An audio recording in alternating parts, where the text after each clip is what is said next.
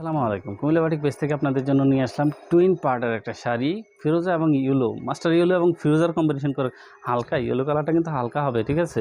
এবং ফিরোজারটাও হালকা হবে, একেবারে ডিপ ডুপ না এবং একেবারে উজ্জ্বল না, ঠিক আছে?